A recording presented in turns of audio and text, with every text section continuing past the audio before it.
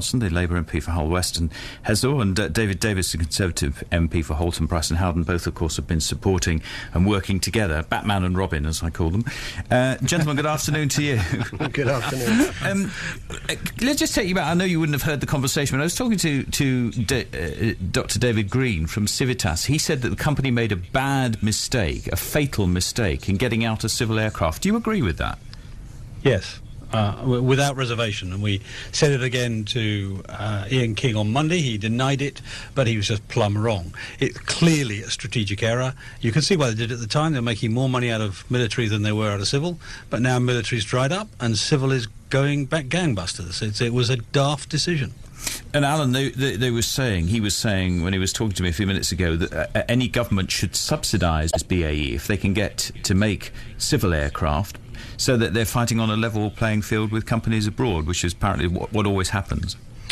Well, let me tell you, I was the Secretary of State at Trade and Industry when BAE made the decision to pull out of civil aerospace. It shouldn't take taxpayers' subsidy. This is a really growing market, and BAE should have stayed in it. We couldn't dissuade them from pulling out at the time. They're a private company now, but, you know, they built up their reputation, their profits, their portfolio as a nationalised industry. And so, you know, I don't think it's a question of the market. In fact, one of the questions we put to Vince Cable on Monday is there needs to be a feasibility study about one particular aspect of civil aerospace which could lead to work at Brough. So that's really, I think, a fair role for government. It's not to try and run BAE now that it's a private company.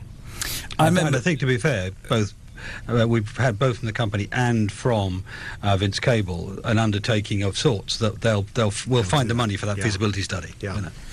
I remember when we stood outside BAE on the day of the announcement of the job losses that you were unhappy at the way the whole thing had been handled. Do you feel that the company have since redeemed themselves, bearing in mind what you've just heard there from the works convener?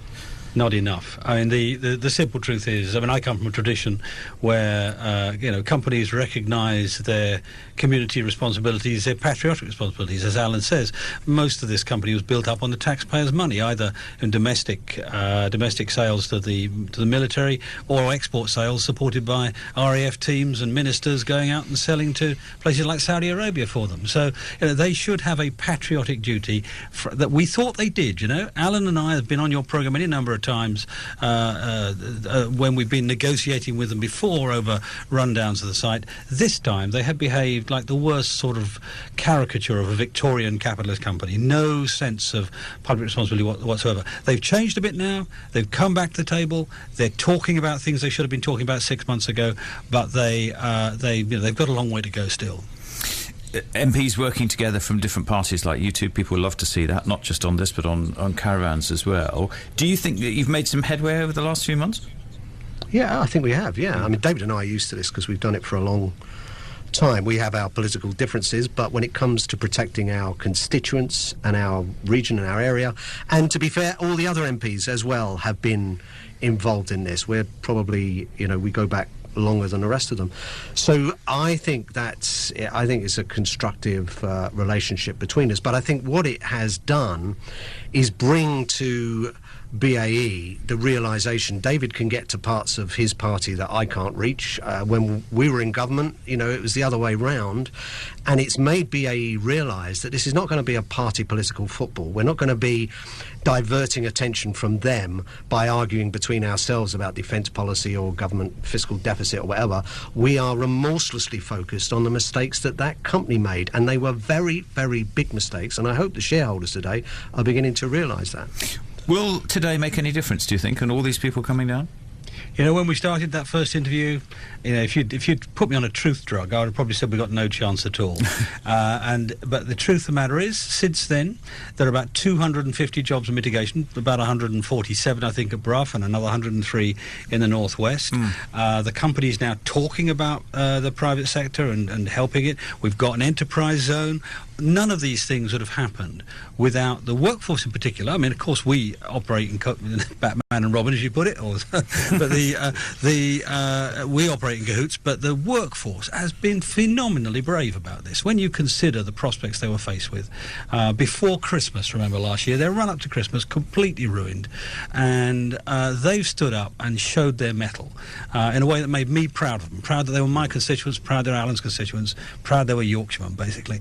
And they're the ones who won it. And, as I say, at the time, my job to keep a brave face on it, but at the time, if you'd put me on a truth drug, I'd have said, God help us. Actually, we are a long way further ahead than we thought at the time, and we still got a way to go. And the thinking has got to be the new work, and there's not going to be any change of heart on the Hawk, but thinking about new work, a feasibility study into getting a deal to build parts or whole of a civil aircraft, because the talent is there. Yeah, on the Hawk, I mean, we rehearsed the arguments again on Monday with Ian King. They're implacable on that. They want to reduce from 3 manufacturing sites to 2. However, there is a Hawk order that's imminent. There is work that can be done on Hawk that's being subcontracted and should be done in-house. So that's a lot for us to do on getting more Hawk work there. And then, as you say, there's the other issue about civil aviation. Now, Roy Cartwright needs to be very careful because he's aware of commercial confidentiality, and so do we. But there is huge interest in this workforce. Why would there not be? This is a brilliant workforce, one of the best in the country, by engineers that don't work for BAE. There is a great site there, and in civil aviation, they are absolutely desperate for those skills and talents. They've got work coming out of their proverbials at the moment. Rolls-Royce, EADS, other companies. So this is really fertile territory, and there is an awful lot of interest in saying, well, if BAE don't want these workers, we'll have them, but not expect them to kind of migrate and try and sell their houses, pull their kids out of school. Bring the work to Brough, and that is really the primary objective. And it's a fantastic demonstration of where BAE could have been much further ahead in their thought process. Yeah. They've got jigs, they've got designs, they've got skills. Mr. Welsh, who's at the site, was one of the people who ran the Jetstream project, I think, and those things should have been available from day one. If we'd been talking about this 6-8 months ago, we would be actually probably at the point of signing the contract, or at least getting the in principle decisions made. What BAE have said to us, and I don't think I'm breaking a secret in saying this, what Ian King said to us is, if we have some sort of in principle decision by September, they will do other things to help bridge the gap. So, meaning. We didn't get specifics, to be frank, but I suspect stretching some of the employment out was what I read him to mean. To be fair to him, he didn't lay it out in detail. But what that gives us is a timetable. Get on with it. There are. You talk about civil aviation. There are a few other things as well, all of which are small, all of which add bits. There are 3 or 4 things we've got to make happen, or resolve at least, by the end of the summer. If we could do that, then we might actually, against all odds, bridge that gap. All to play for. Gentlemen, good to have you on the programme. I know you've got a busy day. Thank you very much indeed for talking to us. Most grateful. Thank you. Thanks, Peter. Thank you, David Davis, Alan Johnson, joining us live from a studio in London, just coming up to 1 o'clock.